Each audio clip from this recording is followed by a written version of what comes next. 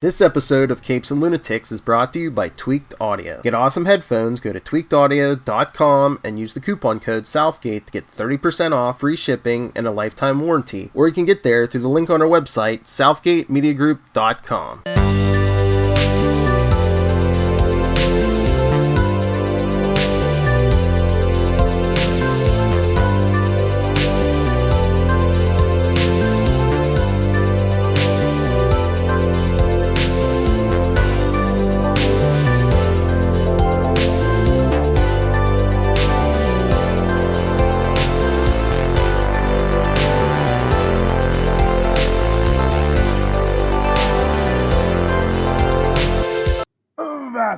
Hearties, and welcome once again to Full Stream Ahead. I'm your host, Charlie, the Professor Esser, and with me as always is me skinny rich friend. Yeah, it's Mozz. It's Mozz in there in the background is me first meet. Okay. Welcome, Mozz. How was your day? How has been your day, Mozz? It's been quite nice. It's been quiet? Okay. Nice. Work was really good. That's good. Yeah, it's been pretty nice. Oh, okay. Well, that's good. That it's my days have been stressful, but not for any real reason. Well, there was one thing that was stressful today, but we won't get into that. But yeah, just chaos at work is never relaxing. I'll tell you, not in a public forum. Anyway, welcome, ladies and gentlemen, to Full Stream Ahead. We are doing The Mandalorian, Chapter 5. The Gunslinger. Yes. Pew pew. Pew pew. The Mandalorian helps a rookie bounty hunter who is in over his head. Our director this week is David Filoni, who has a writer's credit along with Jon Favreau. Written by for Dave Filoni. Jon Favreau gets that created by, of course. George Lucas gets the based on characters by. Okay, and this is interesting. We open up with, of course, the Mandalorian being chased by one more random bounty. And you know what strikes me so weird about this is that is clearly like an ex-rebellion dude. The Right. Yeah, it's like he's got, it's like the rebellion's over, he's got nothing better to do, he's not going to join the Republic. Why did they kill him? Who? The rebel. Oh, the rebel who got killed by the Mandalorian? Well, he was trying to kill the Mandalorian, or at least capture him, yeah. Oh, yeah. But we haven't gotten to that episode yet, just relax. Anyway. Sorry. And of course, just because it is for an entire galaxy, it's pretty small. Also, can I have a question? What's your question, Tristan? Even after the Empire's over, there are still rebel fleets. Cause once Finn was captured by a rebel. Yeah, that was the rebellion. Anyway, we'll talk about that later. Well, that was the Republic. Maybe there was a rebellion from the Republic too. I don't know.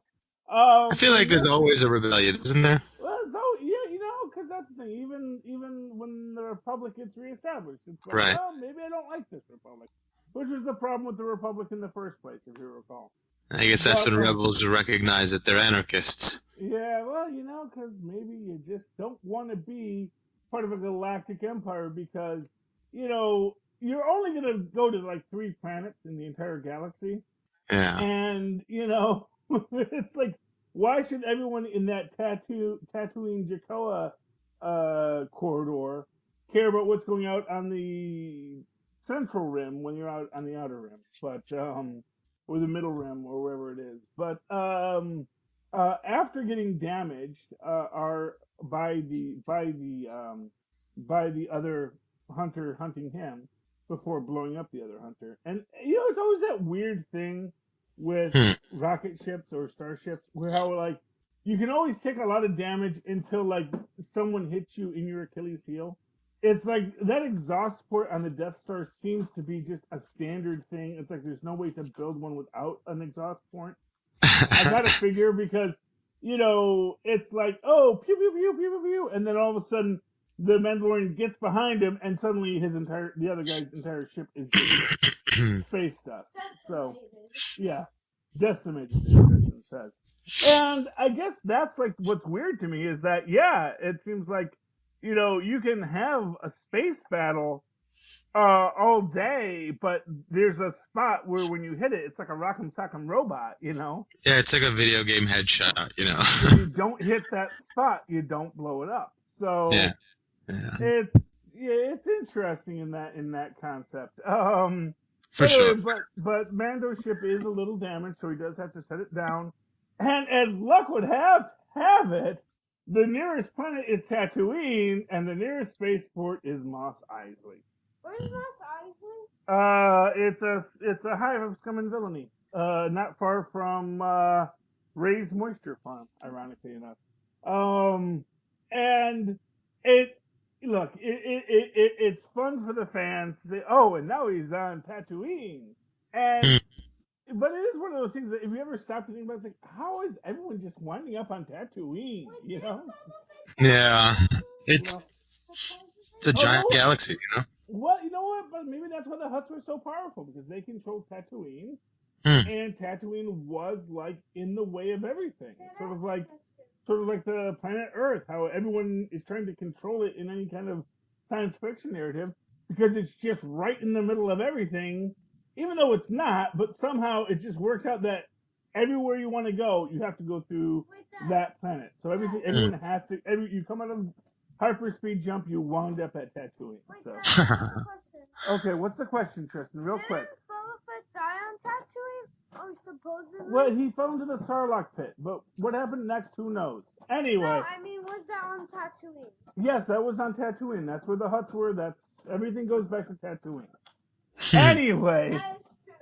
But it goes to Mos Eisley Spaceport, and they used to have a no droids allowed policy. Now they have the droids sent in bars. So I don't know if that's a step up for the droids or not. It's a weird concept. It's like, we don't let droids in here. Yeah. Now we're letting the droids run the whole place. It's like, is that really progress for the droids, or is it, now they get to be in there as a servant class? Because I didn't see any droids drinking there, Although, what would droids drink? Motor oil? I don't know. Well, yeah, that's the thing. They do take oil baths, so maybe. I don't know. It's of course, and again, I guess maybe droids don't even need libation, so why are you banning droids from coming into your establishment in the first place? It's not like you're going to serve them. They're literally just there to hang out with people. Although we do see that, even Mando has a lot of droid prejudice. Because he does not want the droids working on his ship. Yeah. Although that moment was kind of interesting. He shot those droids off because he did not want any work done until, payment arrangements were worked out. Because much as she does with Yoda, she is in the situation to make a little bit of extra profit. So, it totally would have been one of those situations where they would have started working on a ship and be like, oh, you already owe me for whatever in case you don't want, Yeah, and that's a fair cop, Obviously, you don't want them to start until you know what it's going to cost, but then he winds up, they start working, and they never really establish a cost either. Because at the end of the day, the Mandalorian is kind of over a barrel on this. He can't fix his own ship. And that's the bottom line. He needs someone to do it for him. So he can be as big and mean and brawly as he wants. Someone still has to fix the ship, It's not going to behoove him to just, let the ship be unrepaired. So, that's an interesting take on that as well. She reminded me of Gilda Radner. Yeah, that's Amy Sedaris, who a lot of people compare to Ripley from Alien. Oh, interesting. Because he's got like the curly hair, and Ripley kind of had that curly fro in the jumpsuit, and sort of the weathered mechanic kind of look, Yeah. I kept seeing her in Taxi. She was in that show Taxi, right? Gilda Radner? No, that was In Taxi, there was what's That her name? lady with the curly hair. Yeah. Maybe I'm No, getting the that name was wrong. who was Laka's wife. That was she was forgetting her name, but she was on Unbreakable Kimmy Schmidt too as the landlady. Hmm. And I'm blanking on her name now. Yeah. It'll come to I me thought it in a was bit. Yeah. Yeah. No, it wasn't. That's not Gilda Radner. That's someone else. Although because she has the Really? dark hair, it's like Gilda Radner and Gilda Radner. You might be thinking Rosanna Dana, which was Gilda Radner's one of Gilda's characters on Weekend Update. Gotcha. You know. Yeah, probably. But anyway, but yes. So and to that extent, she kind of seems like if they did a SNL parody of Aliens with Gilda Radner and Amy Sedaris was playing that role, this would be where we're at. So, Real so Perlman. in that That's what I was thinking convoluted thought process that we got through, of. we do get back to you know, the Mandalorian needs to get some money. You know, he's got like a few Imperial credits, Hmm. which they take because, as it turns out, yeah, people still take them. You know, what the heck, you know. Yeah. It's like Bitcoin. You know, it technically has no value except for the value people will assign to it, and its value Hmm. can fluctuate based on what people are willing to accept. You know, Right. if people don't accept Bitcoin, all your Bitcoin are worthless. If people Right. do accept Bitcoin, how much they're going to translate that Bitcoin's value into U.S. dollars is entirely up for debate. You know, and that's why all those cryptocurrencies can fluctuate so much. You know, but Right. that is where we're finding ourselves in this. So, Mando's got to get some more money, and he goes to Maz Eisley Spaceport, Hmm. and he comes across again the Saturday Night Live version of Han Solo. Yeah. But, I mean, I thought this was one of the weaker episodes and filled with Mm-hmm. some really weak plot lines and plot twists that just seemed, I don't know, really not up to par with the rest of the writing of the show. And this guy, I didn't think was a very good actor either. Yeah, well, I think this one was kind of, I think this one and the next one, in their own ways, kind of played a comedy. Hmm. And this one, I think, The next one is amazing, though. yeah, no, the next one. Well, the next one, which we'll get to, is kind of, again, it's a genre piece. Fair enough. So the next one is a heist film, and this one is kind of meant to be, and again, I guess in its own way, kind of an SNL parody of Star Wars. It's like, oh, How here's interesting. Okay. here's our here's our scruffy nerf herder, you know, who is, you know, they sort of take Luke and Han and merge them into one person. Huh. So, which is, I guess, essentially Kylo Ren. Um, it's that whininess, but also trying to be that tough guy and kind of cocky, kind of, maybe in its own way, sort of what people kind of complained about with Solo, and in that sense, maybe becomes kind of a parody of what they did in Solo. Maybe, arguably. I don't know if that's quite where they're going with it, but it is where we find ourselves. Right. And of course, our scruffy nerf herder, just wants to get into the guild so bad, and he knows that if he has a Mandalorian with him, it's going to give him credit, Hmm. because which is that really cool thing about Mandalorians. Everyone is just there's the legend of the Mandalorian, Hmm. and you actually meet a real Mandalorian. That's like, oh, that's such high status. Which makes you wonder, like, how much that's based on reality and how much that's just based on mythos. What are you confused about, Tristan? Whatever happened to Darth Maul's Mandalorian? Whatever happened to Imperial Mandalorian? I don't know, Tristan. That's a whole other bag of hammers. That's like 6 other TV shows and a cartoon. So, well, they're all something. Anyway, so in this case, he wants to work with the Mandalorian because the Mandalorian is going to do all the work. And the guy basically says, "Look, you can have all the money from it. I just need the credit to get into the guild. And they basically come across another bounty hunter with his dewback, who has been, you know, unfortunately murdered by the mark. Mm. And of course, before that, we actually had that great scene with the Tusken Raiders, which to me is the redemptive moment with this, where like the guy says, "Oh yeah, Tusken Raiders act like they own the place," and the Mandalorian's like, "Yeah, because they do, because you're a bunch of weird colonials that came to their planet and are like roughing up the place, you know." Mm. It's it is interesting in my sense that they actually Yeah. really address that basic thing about why are the Tusken Raiders seen as the weird, crazy aliens in the desert when clearly you're all settlers on their planet, But Yeah. that is the question, and that's what we deal with this. As far as everything else goes, it is an interesting story what we get, because we do get the Mandalorian and the Nerf herder. I can't remember his name. The Yeah, just trying to capture um, Ming Na Wen. And great to see Ming Na Wen in this. Yes, it really So was. That was cool. awesome in this.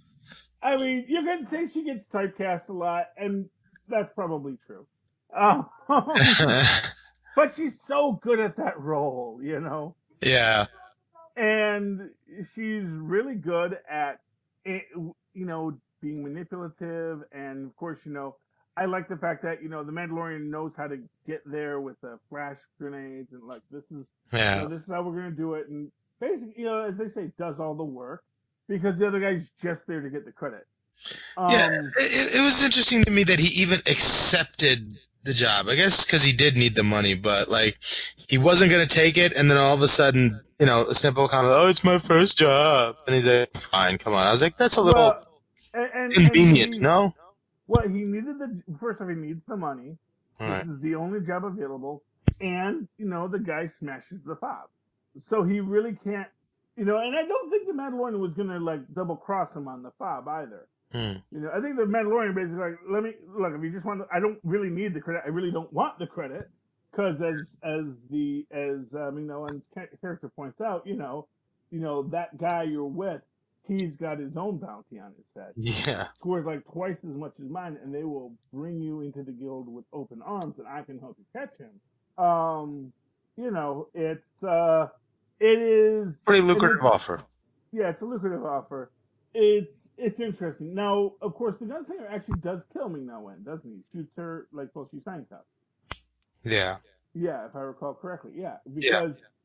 and again, God knows what he's thinking. Yeah, I mean, like, he saw how utterly helpless he was in every situation next to the Mandalorian. So why would he all of a sudden, where did he find that, crazy bravado to think that he could take the Mandalorian on? He wasn't good enough to catch this mark, and the guy he caught that was even better than the mark to catch the mark, somehow those two were going to go in cahoots and kill the Mandalorian? That seems like an insane proposition. Yeah. Well, I mean, from Ming Na Wen's perspective, if she was going to join up with him, sure. Yeah, she was going to kill him as soon as he unlocked. Yeah, him. no, of course. Care about the Mandalorian, But for him to all of a sudden to make that giant of a leap in his self-confidence is jarring. Yeah. Well, I think the point is he's not very good at his job. Right. But he didn't think he was either, and then now all of a sudden he thinks he's so good at his job. No. You know what I mean? I don't think he ever thought he was bad at his job. I actually think he kind of like really always had that bravado, but he basically he felt the reason he wasn't getting any respect by the guild was politics, basically.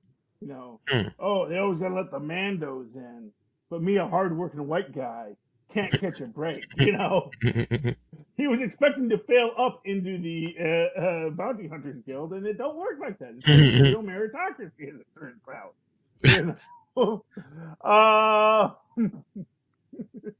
But yeah, so I mean that's his thing. So when he thinks he can get the drop, because now he's but the Mandalorian doesn't know I'm going to betray him. As if the Mandalorian doesn't think every 5 minutes someone's going to betray him.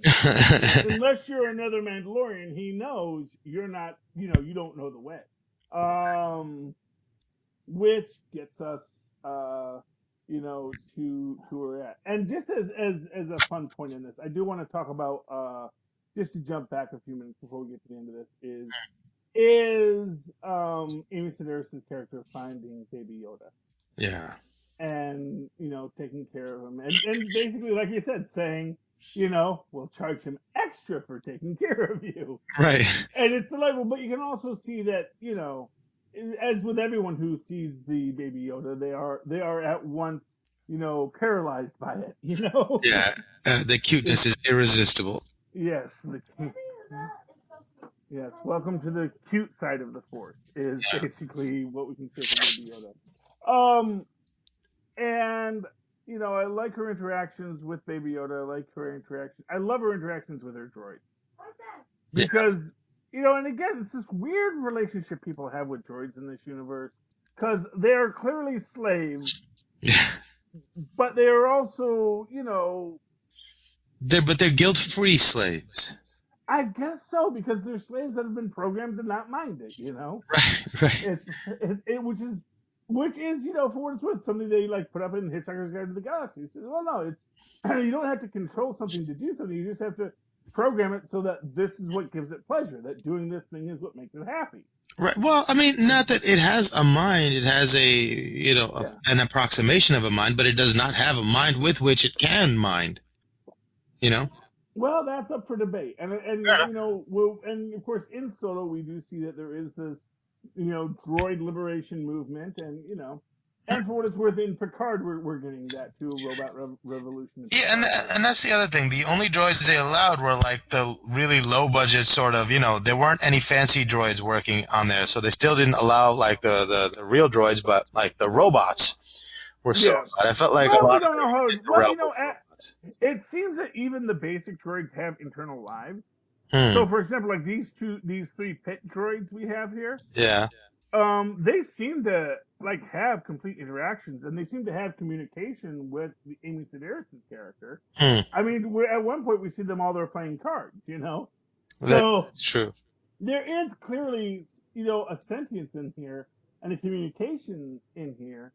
But at the same time, I guess the droids just feel, and I guess here's the thing, droids don't eat, droids don't sleep, but they do need, access to power converters, and they do need periodic repairs, and so, money doesn't have any value for a droid because, what's a droid going to spend money on?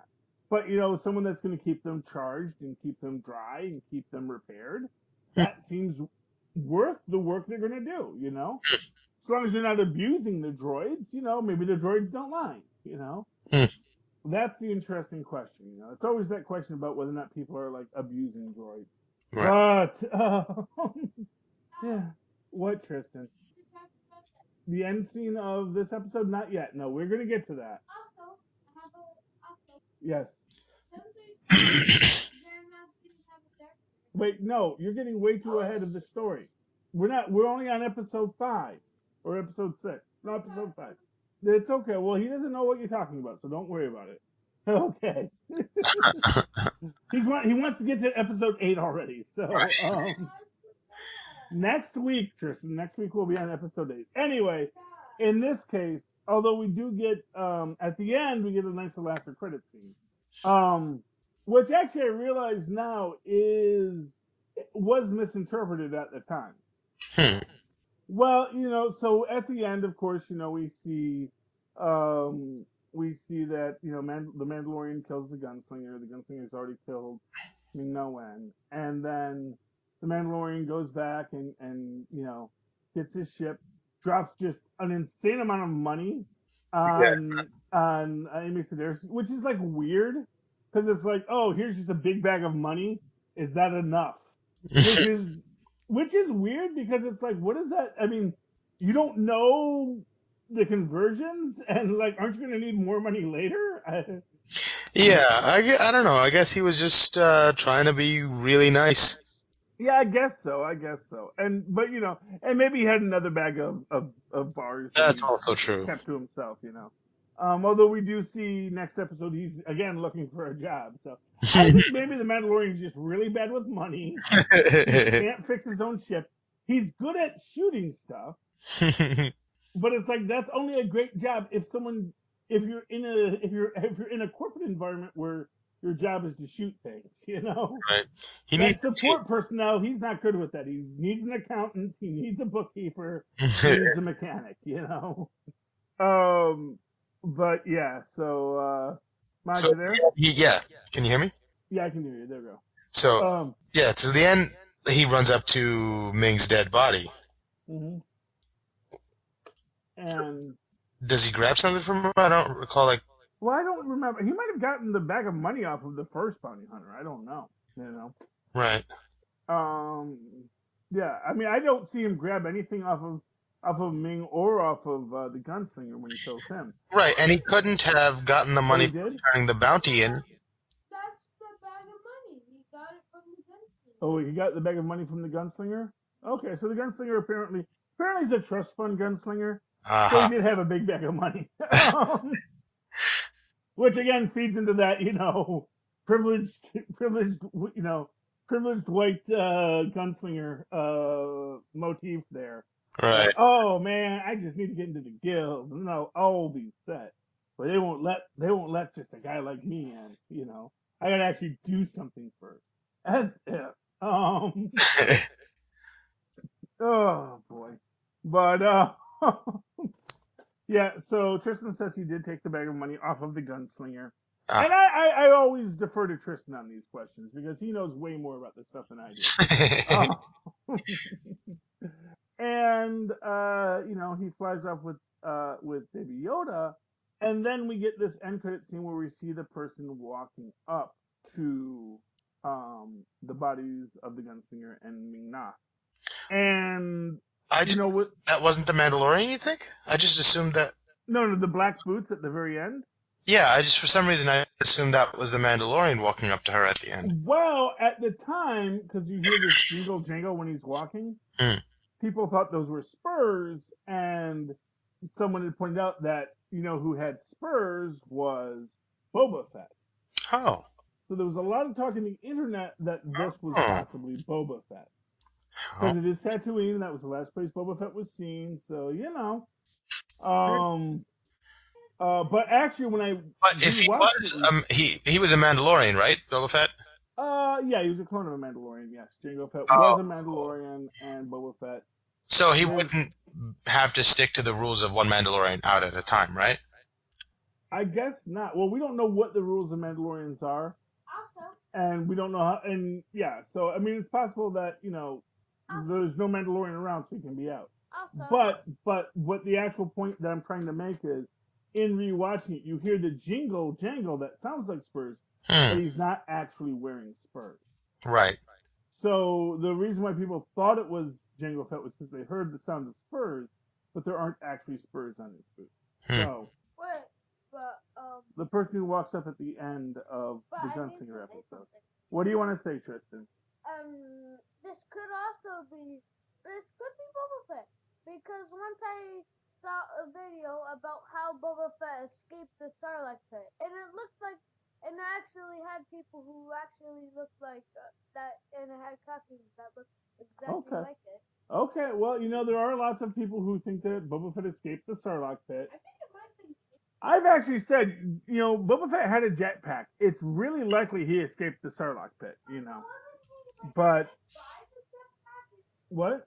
Yeah, I think the reason why he fell in was Han Solo accidentally hit his jetpack. Yeah, it was crazy, but he still had it. So even if it got triggered accidentally, he should be able to fly himself out again. Anyway, but yeah, so that's the Gunslinger episode.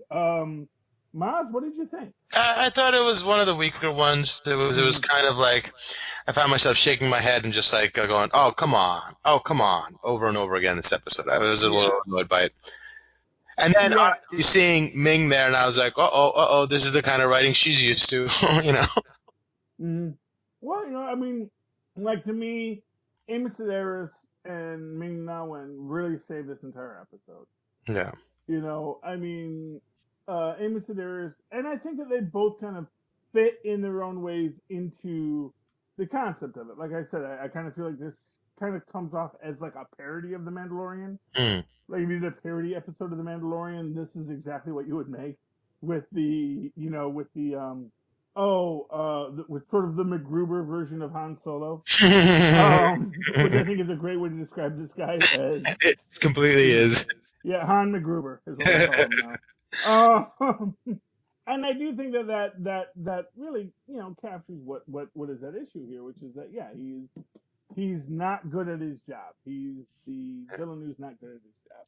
But Amy Sedaris is very good at her job, and the Mandalorian is good at his job. And between that, I think you get a decent episode, despite, you know, having to watch their. Honestly, I really feel the Gunslinger is the weakest part, and I think anything without the Gunslinger, who is literally there just to move the plot, Right. makes it a much better episode. But For sure. but we had to get through it. We needed a filler, and they wanted to do. I think they just wanted to make fun of Han Solo, so or at least the Solo film. So there you go. If you hated Solo, you might actually like this episode of The Mandalorian because it's making fun of Solo, I guess. Yes, Darth Maul was in Solo, yes. Spoilers, those who haven't seen Solo yet. Okay, Mozz, is there, so that's the episode. Yep. Clearly not your favorite. But if it's someone else's not favorite too, how can they reach you to commiserate with you? Oh, they can email me at mozzmanzor@gmail.com or find me on Facebook under Mozz Manzor. That's MOZZMANZOOR. And, of course, you can always write to me in that old-fashioned email way the way our Mozz and Paws once did. At superconnectivityblog@gmail.com. That's superconnectivityblog, all one word, at gmail.com. And, of course, follow me on Twitter as I live tweet things like Agents of S.H.I.E.L.D., which is coming back with Ming-Na Wen. At Charlie Esser, that's CHARLIESSER. Look for the two E's in the middle. For quality. Bing! Thank you, Mozz. All right, me hearties, you've come ashore once again after a wild night on the seas with me and Mozz and the Mandalorian 2. Please join us next week when we'll once again sail off full stream ahead. Arr!